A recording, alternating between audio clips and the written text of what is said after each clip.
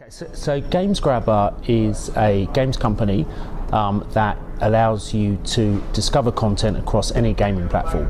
It actually uses a very similar concept to Pinterest, and therefore the grabber bit from GamesGrabber is all about grabbing content from other websites across the web for you to then put them into your personal collection for other gamers to then follow you because they like similar games. So it's a great social environment, very engaging, and a great way to discover games. So we decided to take a crowdfunding route, and there were two main reasons for that. One is VCs, who we know and love dearly, are excellent when you have much stronger KPIs, much bigger growth than a company that really only had 2 or 3 months worth of usage. Although it was going extremely high, it still wasn't big enough for a VC to come in and go, actually the KPIs are growing, but we need to see more revenue and stronger growth. So our current investors, who actually were happy to look at reinvesting, felt that wouldn't it be great to validate this by getting the general public, the crowd, to come in and actually invest in a small company and almost tick the boxes that they wanted to see. So having made the decision to go down a crowdfunding route, you then have to find a crowdfunding company that's going to take you. Now, I knew nothing about crowdfunding when I started this, so I had to put in a lot of research myself in terms of where do we go, who do we see, and the only one I had heard of actually was Kickstarter. Now, Kickstarter is an American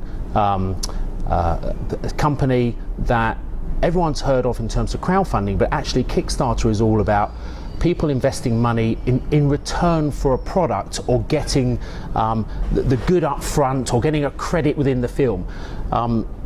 That's something that GamesGrabber didn't want to do, or didn't feel that we had a product to give you something early because we were already live. So in the UK, there's a major difference. One is there are crowdfunding sites that have just started which allow you to buy equity and actually shares in that company. Now, you can't actually do that in the US. This is only a European thing, and in fact started in the UK and is very regulated by the FCA. So having found that out, we looked at a number of crowdfunding equity sites. The two biggest in this country right now are Crowdcube and Seedrs. So I met both of those. I met Seedrs first, actually. Both of them are only sort of 18 months, 2 years old, so they're startups themselves. Both of them were extremely good, and both of them had, in my view, similar amount of investors on their database. The reason I chose Crowdcube were two reasons. One is I felt that the products on Crowdcube were more tech focused. Although when I look now, there are some tech-focused ones on Seedrs, so they change. I also felt that Crowdcube did a bit more in terms of pushing my company to its database through newsletters and through their own marketing. There is a third reason, actually, and that is cost. Crowdcube take 5% commission, and Seedrs takes 7.5% commission, so it's more expensive to go down Seedrs. But actually, in the scheme of things, I think it's more important to look at, can you raise it, as opposed to what commission they're going to take. So once we made that decision, that's where we went with Crowdcube, and then that's where the work starts.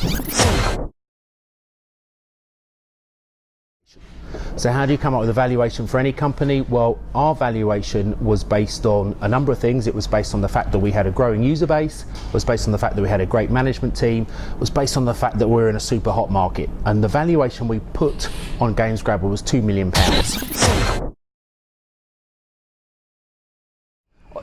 It's very rare to raise anything over £200,000, £300,000.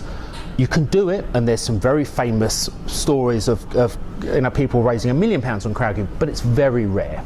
So the one advice I was told is don't try and raise too much money, because it can put people off. So once you've decided on what you want to raise, and in our case the target was 150, you then need to start putting your business plan together. Now, the process to begin with is actually very tough, right? It's not simply just stick your name on a crowdfunding site and watch people come in. There's a lot of regulations, there's a lot of FCA approval, and an incredible amount of due diligence. More so, or just as much so as a VC will put into it. Anything that you say in your pitch has to be double checked and validated by the crowd, in our case Crowdcube, who we went on to, because of FCA regulations again. So the documents you have to put together are, a full business plan, a 3-year financial plan, which is then audited by Crowdcube's financial accountants, which you have to pay for. So I'll come into the fixed costs in a second.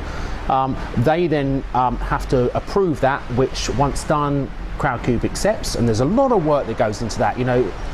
If you're not used to Excel sheets and 3-year financials, you then have to hire an accountant, and that's a big part of it. Then have the business plan, you then have an exec summary, and then you have to write a pitch which goes onto the site. After that, you then need to create a video. There's not one crowdfunding site I know now where they don't, where you don't have to do that. You have to have a video now. And there's an expense there. You have to put a script in, you have to really sell the content. So what I'm trying to say is it's not an easy process, and allow a whole month before you go live to really get that. You only have one go at this. Once the video's live and once your pitch is live, there's no going back. I remember the day very clearly. In fact, I was at a conference and it was the day that GamesGrabber went live on Crowdcube, and every second I was looking at the website. It really was very nerve-wracking and yet quite addictive. And by the end of day one, out of the 150 I wanted to raise, £150,000, I'd raised 50 quid. I was like, I've got to be honest, I was shitting my pants, right? I just thought there was absolutely no way within 60 days I'm going to get to 150 grand when all I've raised is 50. And actually, when all I thought about for the previous 30 days and worked on every day was this Crowdcube, to me, I was expecting the gates to flood open and, I'll be halfway there, and, it could not have been further from the truth. It was the most scary thing ever. 1 week on, I think I'd only raised 3.5K, and I was actually thinking, this is never going to happen. I'm phoning my friends up, I'm phoning family, I'm going, where's all this money that everyone keeps talking about? So I remember calling Crowdcube and I remember saying, what's going on?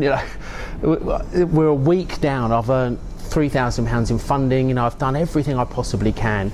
And they actually said, do not worry about it. You've been living it and reading about it every day. People come onto the site at the weekend, they read it, they digest it, they think about it, they come back a week later and they might see what's going on. This isn't, again, you hear these great stories about funding happening in 2 or 3 days. Yes, it does happen in some cases, the norm it doesn't. So my advice is don't panic too much when you start to see nothing really happen. However, what I did expect to happen quicker was more people start to follow me and engage with the pitch. And it was quite clear after the first 2 weeks that just sitting back and hoping that Crowdcube investors would see you and like you is one tiny bit of the actual work you need to put in to get people to that site and actually pledging money. And that's something that I hadn't factored in, how much work you put into after you go live. You do all this work pre, you think you just sit back and just watch it. Absolutely wrong. Now, for the whole campaign really, spent 90% of my time meeting people, pushing them to the site, selling GamesGrabber. I didn't know if they were going to put in £10, which was the minimum amount, or the whole 150k. To them, they were an investor that I wanted them to come and pitch money to. So it was not easy. You have to use every network you have to use your LinkedIn, you have to use your friends, you have to get people to that site, because it is like lemons. And once you hit 30% of your funding, which happened in about 3 weeks, suddenly it's not people you recognize investing anymore. And every time someone invests, you get an email automatically with a template and saying how much they've invested and their name.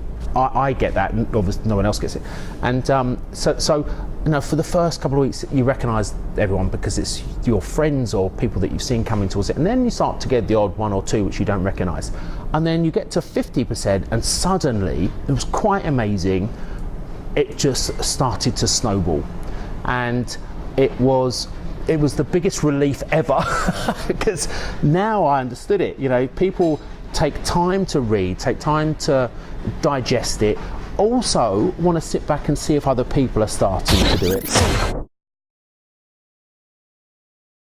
If you have any angel investors that are going to put 10, 20k in, get them to do that right at the front, because people start to think, oh, this is quite interesting, that they, you know, don't hold them back to the end, or don't try and do a deal off the side of it or anything like that. Get them to push it, because once you start seeing those numbers go up, people start to come in.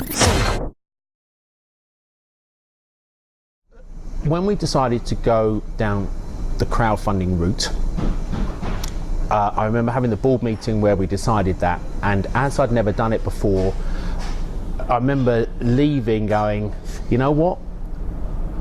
This could be a massive public failure or a massive public success.